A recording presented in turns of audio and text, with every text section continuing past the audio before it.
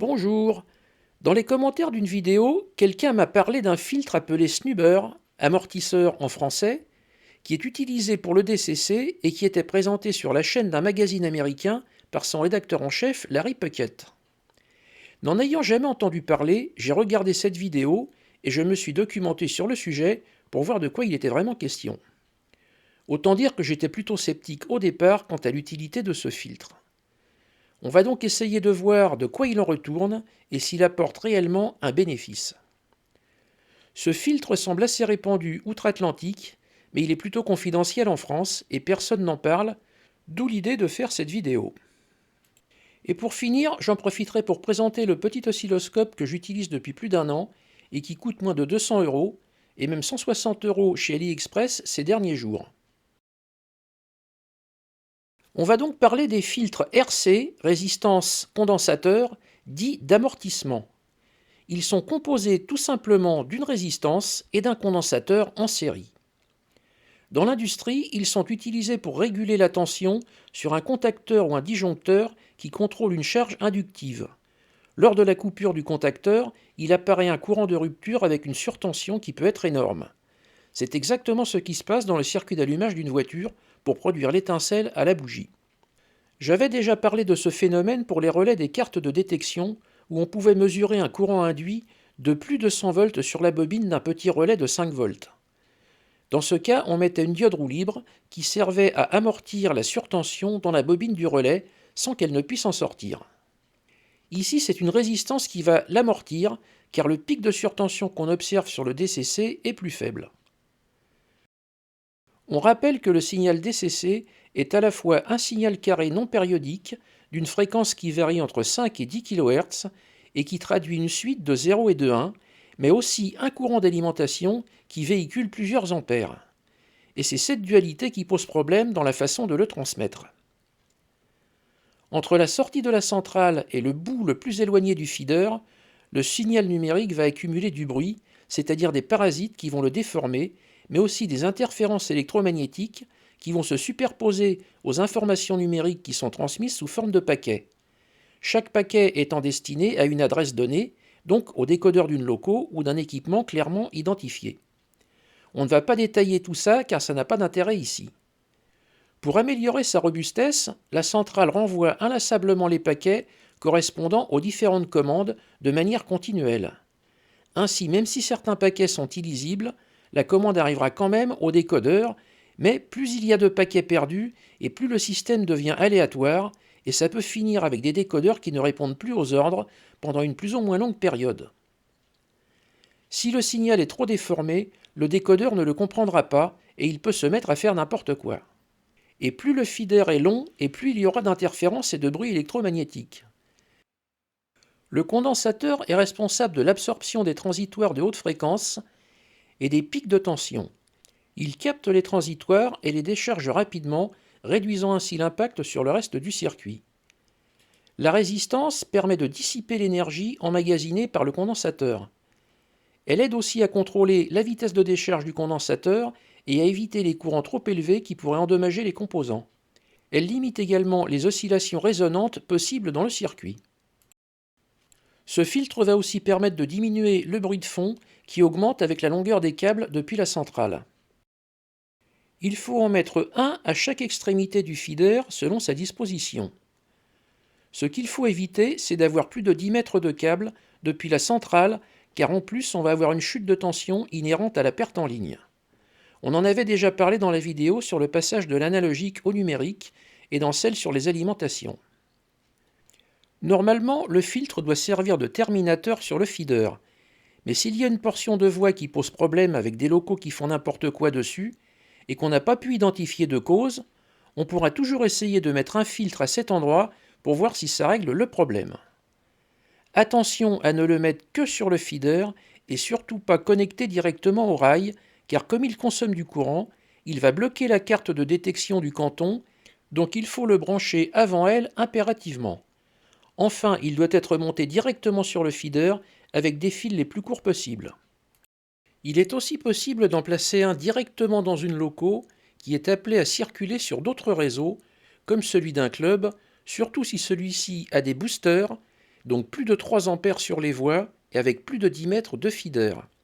La loco sera ainsi protégée des risques de surtension.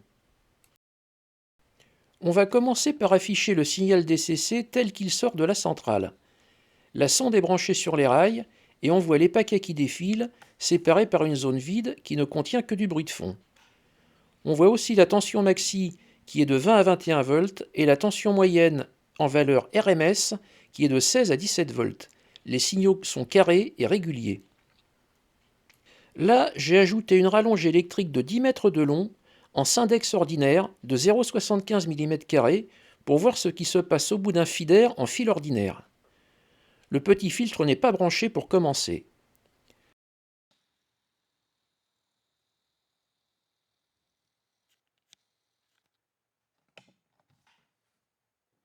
Je débranche la sonde des rails et je viens la brancher à la sortie de la rallonge.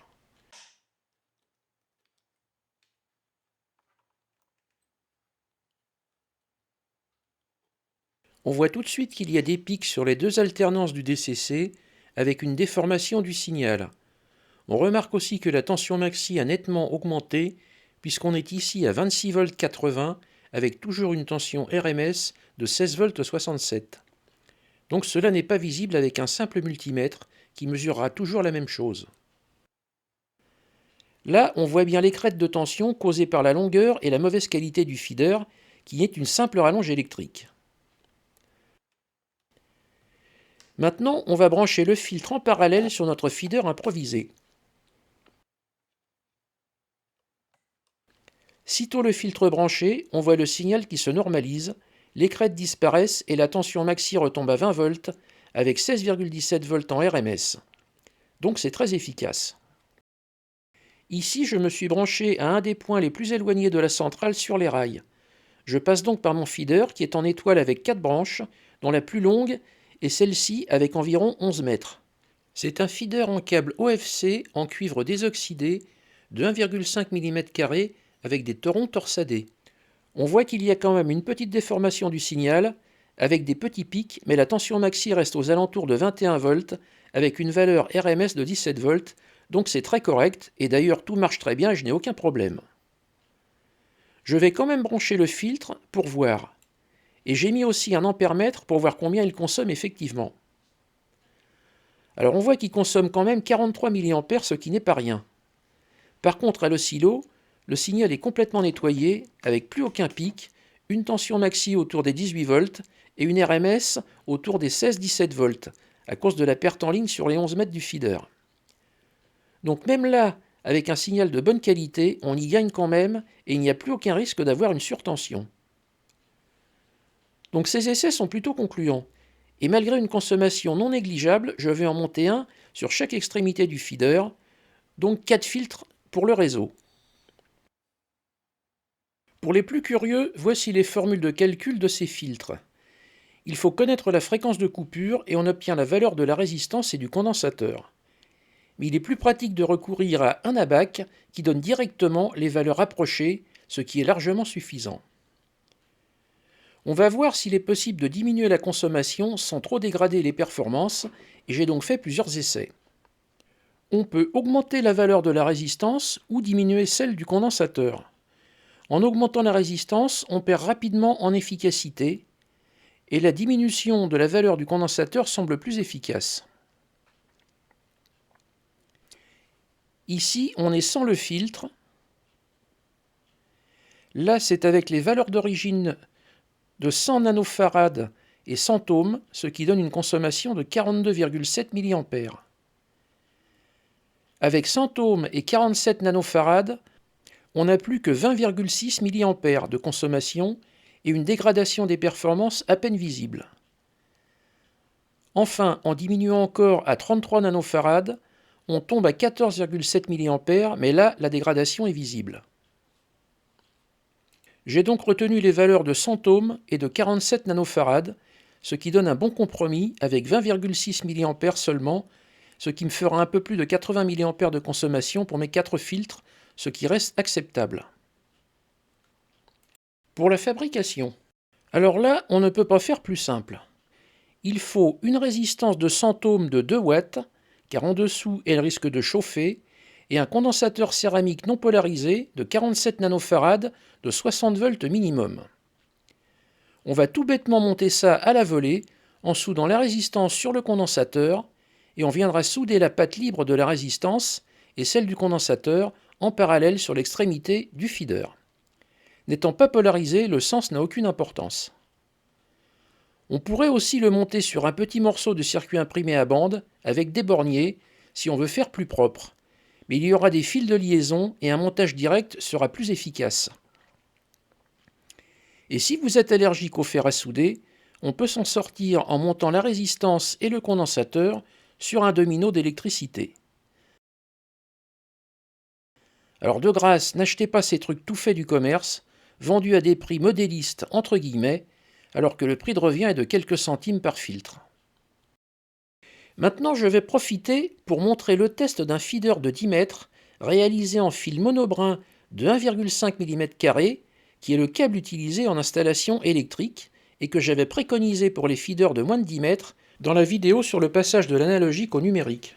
Il y avait eu à ce moment-là une petite polémique sur ce câble et le fait que je préconisais de le torsader à la perceuse tout bêtement. On va voir ce que ça donne réellement à l'oscillo, et on s'aperçoit que le signal récupéré au bout est propre et pas déformé du tout.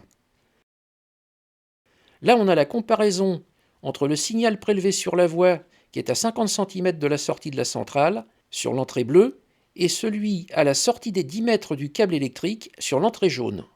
On voit qu'il n'y a presque pas d'interférence ni de bruit. Au niveau des tensions, on a une petite augmentation des valeurs crête et maxi, ce qui est normal, car il y a quand même quelques pics, mais à moins de 2 volts, et la tension efficace n'a perdu que 0,25 volts sur les 10 mètres, alors que le câble monobrin est normalement celui qui a le plus de pertes en ligne à cause de l'effet de peau que j'avais décrit dans la vidéo sur le choix des alimentations. Si on compare avec mon feeder en câble OFC, on a des valeurs très proches, avec une tension maxi de 18 volts contre 19,60 volts sur le câble électrique et une tension efficace à 17,58 volts contre 17,83 volts sur mon feeder. Donc je ne retire rien à ce que j'avais dit dans cette vidéo et le câble électrique monobrin de 1 mm 5² est un bon choix sur des feeders jusqu'à 10-15 mètres. Et surtout, il est beaucoup plus pratique pour se raccorder dessus par soudure. Et enfin, on va en profiter pour visualiser l'action du BM1 du système ABC de Lenz, qui est décrit en détail dans une autre vidéo. On rappelle que le BM1 crée une asymétrie du signal DCC que le décodeur détecte pour provoquer l'arrêt. Donc d'abord le BM1 est inactif, et on voit le signal qui est bien symétrique. Et là, il est activé, et on voit bien la symétrie du signal avec l'alternance positive plus courte, mais aussi un peu déformée par le passage dans les diodes.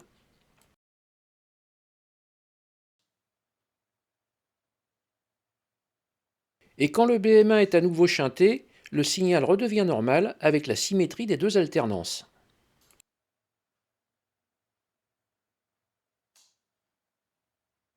Et pour terminer cette vidéo, je vais profiter pour présenter rapidement ce petit oscilloscope que j'utilise depuis un moment et que je trouve vraiment génial en termes de rapport qualité-prix.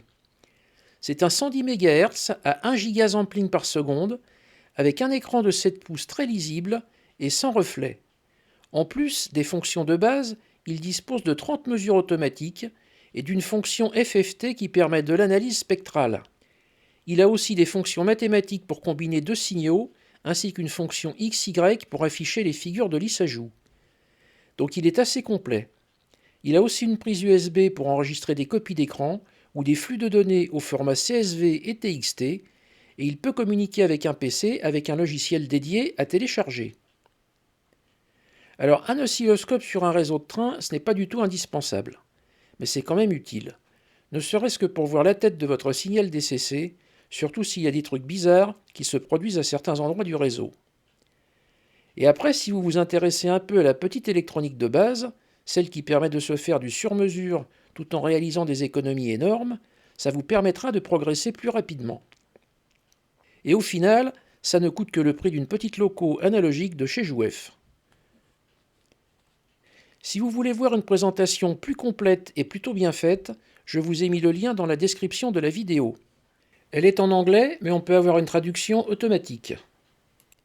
Par rapport à celui qui est présenté dans la vidéo qui a déjà 4 ans, le mien est alimenté en 5 volts par un bloc secteur, si bien qu'on peut le faire fonctionner sur une batterie externe de 5 volts qui délivre un courant de 2 ampères, comme celle pour les gilets chauffants. Il n'y a donc pas de liaison à la terre et il est isolé du secteur, ce qui est un gros plus. Et je vous ai mis aussi un lien vers la chaîne Électronique Pratique, où vous trouverez une série de vidéos que je trouve très bien faites et qui montrent comment utiliser un oscilloscope et ce que l'on peut en attendre. Voilà, il me reste à remercier ChatGPT qui m'a aidé à préparer le sujet, et j'espère que cette vidéo vous sera utile pour l'amélioration de votre réseau. N'hésitez pas à poster des commentaires et à apporter des précisions, ou à corriger des erreurs que j'aurais pu dire. À bientôt!